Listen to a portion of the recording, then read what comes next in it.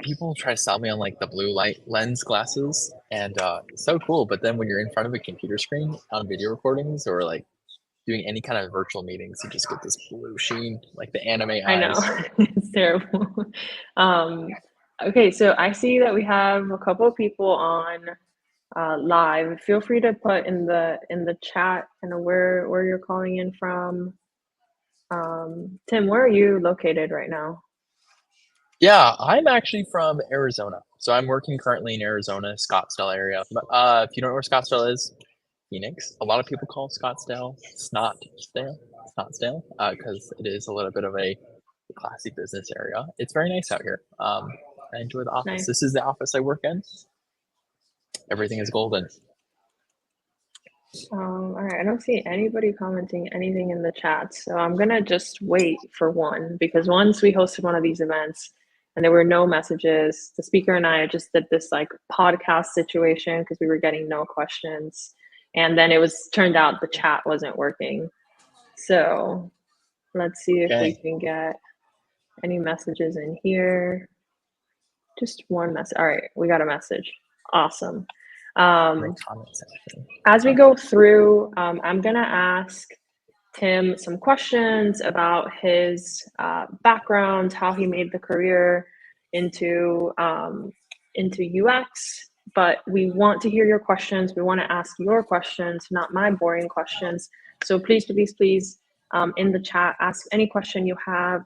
We'll filter them through, highlight them on the screen, and Tim will be more than happy to answer your questions.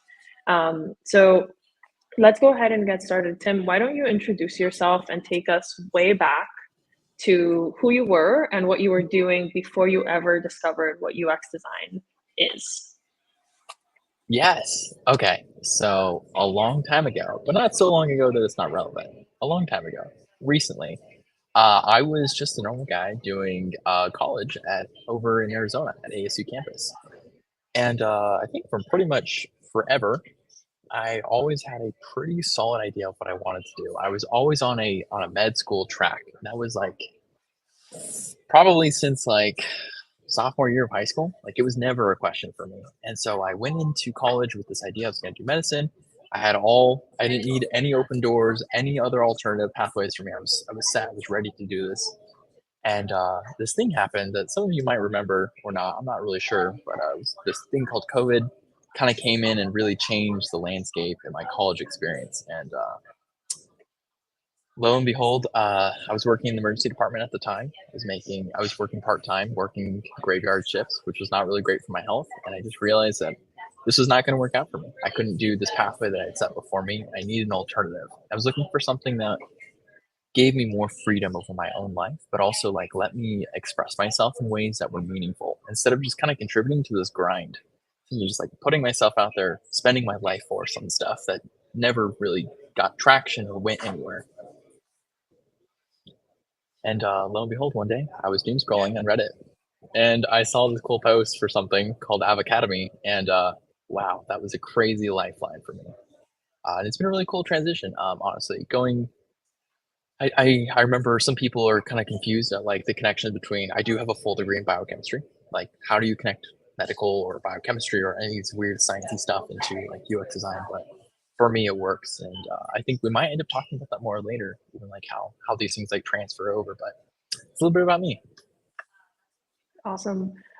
So you said you were working graveyard shifts. Were you still in college? You finished your degree and were doing that, or were you doing both? That was my senior year of college, actually. Okay. My the first semester of my fourth year of college. So it was a wild. I mean, there's a lot going on to do medical school. There's a lot of hoops you have to jump through, including stuff like getting ready for an MCAT, which is extremely stressful. So there was all these things I was trying to manage and juggle, and also my wife was pregnant, and so like there was like tons of stuff, moving parts, all these things happening that were just like mind-bogglingly putting the pressure on me. And when that stuff happens, like you come to a breaking point, and I really did. I fell into a deep pit for a little bit there. It was really bad. Yeah. I like burnout was so intense for me. Yeah, I appreciate you sharing that.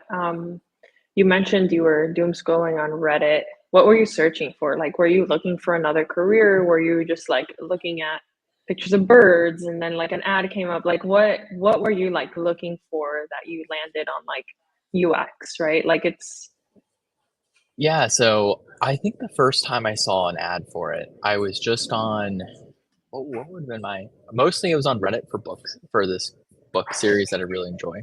And so there's like a cool book subreddit that I was on. So I'd usually be on that. And then I think the first time I saw it, I was still in the stage of denial of like everything's bad, but like, hey, that's college. Everything's supposed to be bad. Life is supposed to be poor quality. That's how life goes. Uh, and it wasn't until I encountered a second time, or even like once I finally quit. I remember the moment. It was in January, early January, where I quit. I quit working, put in my 2 weeks. I took a step back, and then I organized my last semester to be significantly easier than it had already been for me. I basically stopped. I stopped putting pressure on the gas pedal. And as I was thinking about like, what am I going to do now? I remembered that ad, and I kind of looked into it, and the field really appealed to me. It's a lot of problem solving, UX, UI design for people who aren't really familiar with what you actually do with it yet. It's just tons of problem solving. It's very visual, creative problem solving. There's a lot of strategy involved into it. And so you have to be someone who really applies yourself into the field. And um, I wouldn't say, I'm not going to say it's not for the faint of heart, because it's not like crazy. It's not like brain science or anything like that, brain surgery, etc. But it is definitely like a lot of moving parts, a lot of thinking, and it's very humanizing. It's about helping people. And for me, that was my main motivation to do all the stuff I'd already been doing. I had this idea that I would be able to go into a place, work with people, help people. And the reality for me was I was interfacing with people in the emergency department and other places in the medical industry. And I was stuck behind a process of like, yeah, like this is how insurance works. We can't help you until you do this XYZ things. Like your life is terrible and we're not going to help you. And it's like, this is yeah. not at all what I wanted this to be. Um, so that resonated with me when I realized what UX UI design could really be. So once you learned kind of like what it was, and I assume maybe you talked to one of our team members, like did a call or something, did some research. I don't know. You seem to be the person, that type of person that would do research. What were some of your worries about taking on a career change? Because you're finishing up college, meaning like you're supposed to be done with education, right? Like you were supposed to moving on to a different job or a better paying job, and now you're kind of like taking on this new challenge of an entire new career, right? An entire new path starting from scratch. Like what were your worries that were like going through your mind as you were like trying to decide if you were going to join the program or like go through a different program, like just decide on the career change? Yeah. So mini psychology lesson for the audience. There's something called the sunk cost fallacy, which is this idea that as you invest in something, it is harder for you to stop or like to put the brakes on it. So like this idea that, oh, I went to college for 4 years for a certain topic. That means now I need to stay in that topic. Otherwise, those 4 years were a waste of time. That is the sunk cost fallacy. And so 100%, I experienced that. I was like, man, I'm supposed to do this. I've got to stay within my lane now. I've spent all this time on this topic, researching, learning these things, and now like, what am I going to do with this degree? I've already spent so much money. And so coming into Avocademy, I had, or even into UX UI design, that was a concern for me. It was like, what am I going to do with this degree now? Like, how is that going to translate? And then also specifically with the program, it's not a free program. And I'd already spent some money on like MCAT preparation stuff and also like other college things. And so I was trying to like already applying myself in all these other places. I'd already tried a program that had mentorship inside of it. And that mentorship didn't really pan out for me. It was mostly just someone telling me how I wasn't doing a good job, even though I was like trying so hard. I mean, I don't know how I was trying to study 20 hours a week on top of college work, on top of working in the emergency department and having a family. And if you do the math there, the math doesn't math very well. There's not that Yeah, much 20 time. hours. Yeah. Yeah. Plus trying to sleep and stuff in the middle of the night when you're at work. Yeah. There's just too many things going on. And so I was really anxious. I actually did a call with, I want to say her name is Victoria. It's been so long ago, but I did a call with, I think, someone named Victoria. And she was like, yeah, here's all the cool things that are going on. And I was like, this isn't real. And I like remember leaving that call and was like, there's no way. And it wasn't until a few months later that again, I think you picked up on me really quickly, Maka. I do a ton of research. I am religious about how I research things that I engage in, the programs I apply myself to. And I did a lot of research, I did a lot of searching, and I really did come to the conclusion that this is going to be the best gateway for me. So putting the money into the program hurt a little bit, but it has paid off crazy well for me.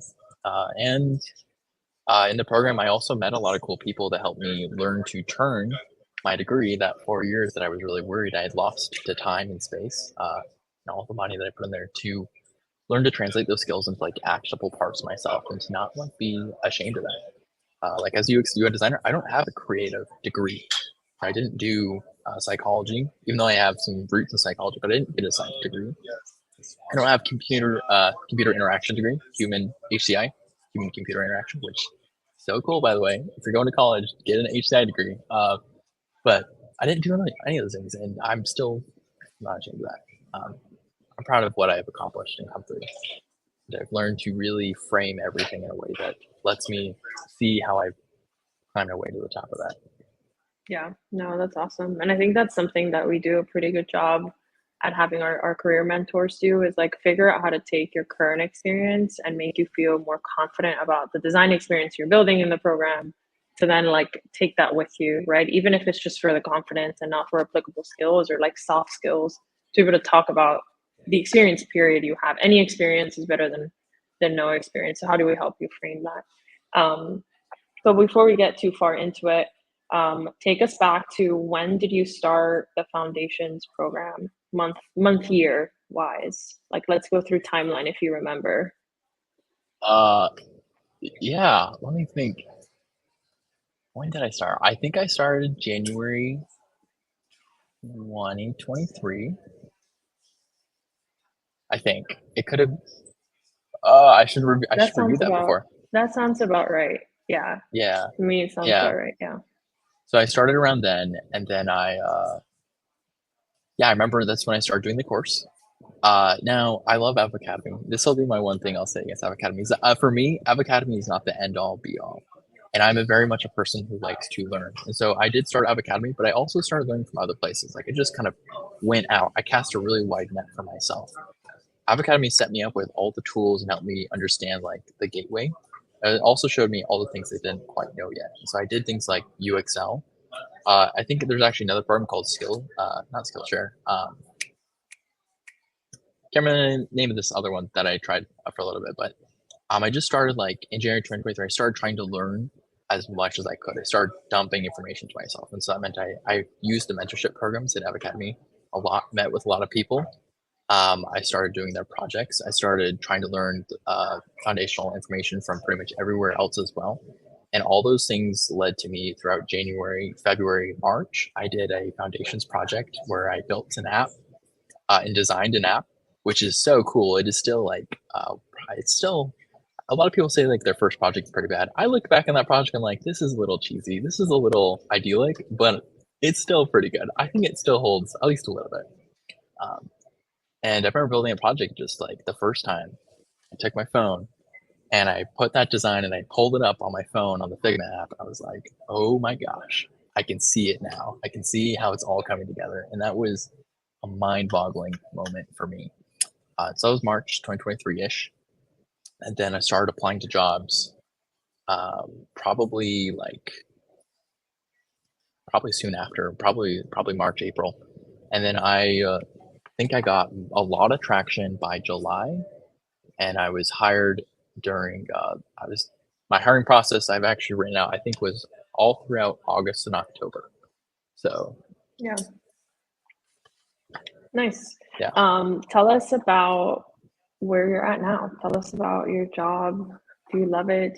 I mean, don't tell us if you hate it because I think you're at work. no, But how do you yeah. feel about your job? How do you feel about the change, from those night shifts, in the emergency room to where you're at now? It is a night and day experience change. To put a pun there. Um, it is the amount of things that I put up with um, before switching this industry just blow me away. I cannot believe the amount of like damage that I allowed my life to take before I realized that there was a problem. And if I could go back, that is probably the first thing I would do is try to help me realize to take the blinders off and to see like it doesn't have to be this way. And their life is hard for sure, but I was really trudging through my I wanted to do it the hardest way possible, which was not the best way possible to do it at all.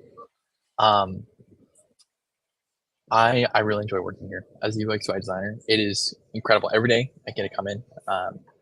I get to put creative ideas out. I have a little bit of time every day spent brain dumping, just new ideas. So I brain dump. I just put all these new ideas down.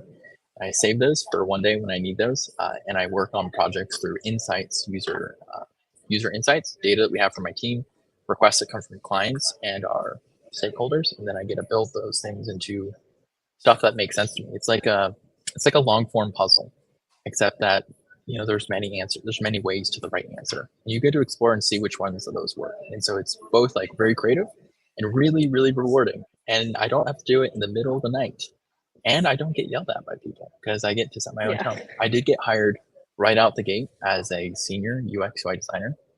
I largely attribute that to Avocademy because they put me in positions where I was able to be on team projects and I was a team lead for I think 3 projects. I think it was team lead for 3 of those projects I did, and just really cool experience being able to work with other people who are like-minded, getting to interface with clients, and then learning to take that and to frame it into a way that then says like, hey, I actually have come out of this pretty mature individual in this field. I called my own. I'm actually in the middle right now. My thing today is I'm writing an employee maturity model because we're getting ready to build out our team. And I do have a junior designer. I'm trying to get promoted. So I have to articulate the reasons why I think this person needs to get promoted. Uh, Being the kind of person who I do tons of research on stuff, I'm very thorough, but I also spend time trying to learn every single day. Every single day, I'm trying to learn and take in new insights, which is a practice thing Avocademy strongly encourages you to do, right? Lots of articles, lots of going out there, finding influencers who are good role models, even though sometimes their Instagram posts are really just hooks that are very good. Yep. Don't do any of the stuff you see on Instagram ever, but sometimes you see some cool tips and tricks. Um, that just really translated to me being very comfortable within my role and having the ability to work on a team where I know how to interface with these people. I know how to communicate. This is why we need to do this thing. Here's the creative vision. Here is what the people are saying about it and why we should listen to the people. Please listen to the people who use this thing. Uh, it's just been really good. It's been wonderful. Did you I'm really have happy. any sort of imposter syndrome when it came to like getting a senior design role, right? A lot of folks that are currently our Career Jumpstart program, which is the program you were in, they're like, I can only apply to jobs that say 0 years of experience. Like I know we tell them to apply to jobs that say like 2 to 3, maybe 4 years of experience, but everyone's really hesitant to apply to jobs that ask for more years of experience. You being on the other side and probably having those hesitations when you heard our advice or heard, we're like, just apply and like let them decide to hire you or to not hire you instead of you discounting yourself, which I think it's something that a lot of folks do. um, how did you feel kind of like interviewing for this role versus now that you're on the other side of it? Any imposter syndrome, anything that like you struggled with when you were like, oh shit, I got this senior role, right? What did that feel like? Yeah, so there's imposter syndrome is a complicated topic, and I'd like to take a moment to just acknowledge that most everyone here will probably feel it to some degree at some point. It is not a boogeyman under the bed. It is not anything. It is just a reflection that you're growing, and maybe you don't have the vision to see how far you've grown already. So when you feel imposter syndrome, you need to take a moment to feel your feelings and acknowledge them, but then also identify like, is this actually logical? Is this practical? What does this really mean? And then where do I actually stand? Take a moment to just kind of measure yourself a little bit in a non-emotionally charged way. Take a step back and kind of let things settle. I am not someone who's experienced a lot of imposter syndrome, which probably makes me, in some ways, a bad person to answer this type of question. But I know many people around me who have. The reason I don't face a lot of imposter syndrome, though, is because of how intense my that pit I called it, the depression pit that I experienced in the middle of burnout. and how like psychologically strong I came out of that. And that really enabled me to kind of interface with imposter syndrome like thoughts and to handle them and frame them correctly. When it comes to experience, though, and you're applying to jobs, you have to remember the people who are applying to jobs. There's like many people involved in the chain of who puts out job applications or job roles, and they're real people at every single step. But sometimes the person you interface with, the recruiter, has to go off of a script, or they're going off of these like very weird requirements, and they'll ask for things like, "Oh yeah, you need 10 to 12 years of Figma." Figma hasn't even been out that long. Like you can't have that much experience in Figma. That's not possible. And so oftentimes they put these numbers onto their job forms because they're trying to weed out and like find only the most vigorous, well qualified, best competing people. And so it's not even really about the numbers. When you get hired, no one is going to be like, how many years do you have? And that makes you better or worse than someone else on the team. It's all about like your actual maturity of knowledge that you can bring and how well you critically think and apply to it. So, unashamedly, when I was applying jobs, I put 5 years. I put 5 years. There's even one time I put 8 years. I put 8 years on an application once because the job form said like, hey, only apply if you have this many years of experience. I was like, I'm applying. If I get in front of you, I feel confident I can convince you that I'm worth bringing onto the team. And there's probably some experience of things that I don't know, but I'm willing to learn those things. And I'm the kind of person who wants to dig deep and kind of continue to build out those problems. And I also know, I'll say this, that many teams that do hire that what are putting out there like, yeah, you need 10 years of experience to be a mid-level designer on our team. Either that person is like very grumpy, grouchy, and may not be the kind of person I work for, or they actually don't really know what they're looking for. And so sometimes they need someone to come and say like, hey, this is what realistically it looks like. When you have quality education backing you, you don't need 10 years of experience to realize that psychological principles actually impact your business metrics and are really important. You just don't need you don't need 10 years to come to some of those basic conclusions. So if you're worried about applying these jobs that are senior level for whatever number of years, uh, don't be. Just get in front of them, Yeah, I think show them your work, let your value of who you are kind of shine forth. I think you said something that's like super important, which is sometimes companies quantify years of experience as like the metric of who they want to hire. And it ends up being that they just don't know how to communicate what exactly it is that they need, right? So they're saying 10 years of experience, but they're not actually like they need somebody that can communicate with the client and can do X, Y, Z, but they're just saying 10 years of experience instead of actually vocalizing what it is exactly that they need. So um, that's awesome. Thank you for sharing today, Tim. I'm gonna wrap up with just two more questions. The first is for people that are considering taking the next step and the career change. Do you have any piece of advice for them, for somebody that maybe is you looking on Reddit, looking for other Yeah. opportunities, maybe in a job they don't love or in a situation they don't love? What would you say to those folks? One of the final things that convinced me to actually go forward with UX UI design and stuff like that was actually a grad panel just like this. I don't remember their names, but they're very impactful people, and I'll never forget the way their faces looked. There were four people on that call, and I remember looking at them and looking at their background and like looking at them and being like, "This is actually real." And that would be the first thing is that like if you are someone who's not sure if you want to look if you're getting into this, just know that what you're seeing here, this is real. This is like actually achievable for you. You can do this. This is something that does exist out there. If this is something you want and you value, which I think it probably most of us would, it's a nice place to be, and it gives you a lot of freedom to express yourself inside of your work in a way that's meaningful. There, it's still going to be hard, and so don't look at this as like a magic wand. All my problems will go away, but look at this as like a next step and part of like a growth trajectory or like an evolution that you are finding a new part of yourself or building a new part of yourself, and you're attaching it to who you already are, and you're growing a forward mindset to reach something that is achievable and that is real and that is meaningful into the future in a lot of ways. Yeah, I think that's great. Great to hear. I love that you watched the grad panel too when you were doing the research. And also to clarify your background, you're at work, like this is not a Yeah. fake background, real background, real coworkers. So that's amazing. The last question is, there's a couple of folks here that are currently in our Career Jumpstart program or currently in our Foundations program.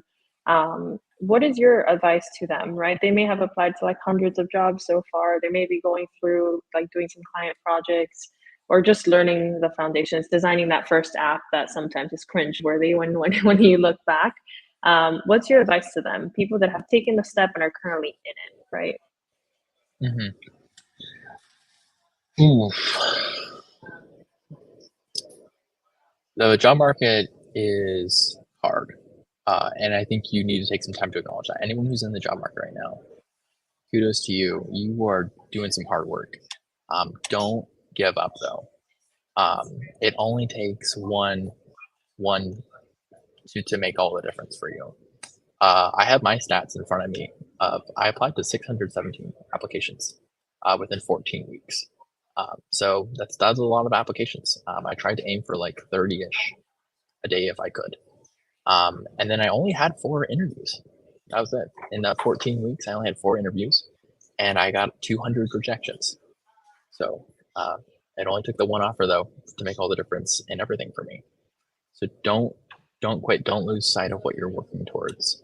Um, you are kind of placed in this weird position where you either have to apply to you have to spend an insane amount of time applying to jobs, or you need to figure out a way to make each application slightly higher quality, and also making sure that when you have those interviews, when you have those moments where people look at you, it counts. All of my interviews were directly because of my portfolio. Having a good portfolio made a huge difference for me. And when people looked at my stuff versus other people's stuff, people who have more experience than me in the numbers, because the numbers apparently matter to some people, even though they don't really practically matter, um, they saw a lot of quality work in my thing. They saw the process that I was communicating and the way that I was able to explain my own thinking really resonate with them. It was something that they wanted and they valued on their team. And so having quality work behind you portfolio really matters. I also really recommend you learn how to become a power user.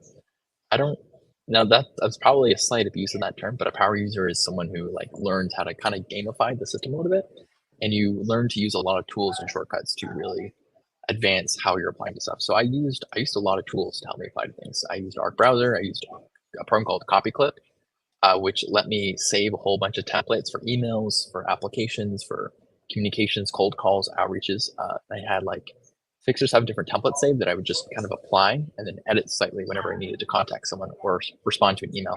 Respond to every recruiter email as well, by the way. That's something you should do. Yeah. And call them too. You can call them. Their numbers are usually in the emails. You can call them. Most of them are quite nice and will be very friendly and happy that you called. I also used AI to help me learn to approach situations I never encountered before, like when I got asked weird questions over LinkedIn, or if I was applying to a job and it was like, answer this kind of weird, deep question on the application. I was like, I don't really know how to answer that. And so I would use AI to help me learn to answer those questions. And just learning tools like that is really, really important. If you want to take a jump, you can try something like LinkedIn Premium. Um, it's kind of the story of heresy. I never recommend using LinkedIn Easy Apply, but I did get this current job by using LinkedIn Easy Apply. Um, it's just kind of a funny coincidence that it worked out. But doing things that I guess use the systems in front of you. There's a lot of resources out there, and make sure you use all of them. Don't pass up on a resource on the off chance that it makes even just the 1% difference. Having a lot of 1% differences will lead to a large percent Yeah. difference in your experience. Yeah. That I think is a great summary of everything we share in Career Jumpstart. That I hope if folks are listening and have not read the course content, they listen to you, Tim, and actually do take these steps to try and make your job search better. But yeah, I think it's really important to acknowledge it's a different job market than it was last year when you were applying, or even the year before that. So it is taking a little bit more effort. And really, if people have put in the work, have a great portfolio, really the last step is applying to those jobs, reaching out to people, going that extra mile to get in front of somebody's, get in somebody's LinkedIn DMs. And it's sometimes those things that make a difference and get you those interviews. And like you said, you only had 4 interviews and you landed one of those jobs. So you don't need to get 100 interviews, right? Like you just need to get a couple and hope that somebody will give you that chance. And in between, do the mock interviews, prepare, right? Do the hard work, and you'll get that opportunity. But thank you so much for joining me, Tim, today and answering these questions. If people want to find you, could they connect with you on LinkedIn? Is that okay? 100%. Yeah, please, absolutely, everyone feel free to connect with me on LinkedIn. I think, yeah, I love chatting with people. I actually have people who reach out to me. I often do mentorship calls with them because that is something Avocademy taught me to really value. So I try to pay it forward, honestly, by connecting with people. Obviously, Avocademy is a little more specialized in what they can offer you. And so my mentorship may be, wow, that is really hard. You should reach out to someone like Avocademy to help you solve this problem. But I also do a lot of portfolio reviews for people, and I try to do as much coaching as I can with the time that I have. The UX designers are like all of us. We're all real people. Maka's a real person. I'm a real person. We know what it's like to be in these hard positions of like transitioning and trying to like solve these really human problems, and we want to help. So don't be afraid to reach out to the community. There's so many people out there. I remember the first time I reached out to a guy from Apple. I just saw a guy who was working at Apple on Twitter, and I was like, I bet this guy's a cool guy to talk to. And so I reached out to him, and lo and behold, we've chatted quite a bit, and he's just a cool guy to talk to. I don't know him deeply. I wouldn't invite him to like my kid's birth or anything like that. But like still like this idea of having someone on tap who I can ask some questions when I need additional help or just insights into the market is really cool. Find Yeah. people, guys. Reach out, network. Yeah, people are typically much nicer than you think they're going to be when you reach out to them. So I appreciate that bit. But awesome. Thank you, Tim, for joining us. Thank you to everybody that joined us live or is watching the replay. If you have any questions, you can reach out to me at info@avocademy.com or to Tim on LinkedIn, who he might regret that he said this, but reach out to Tim on LinkedIn and give him some time to respond if you all do message him. But thank you all for joining.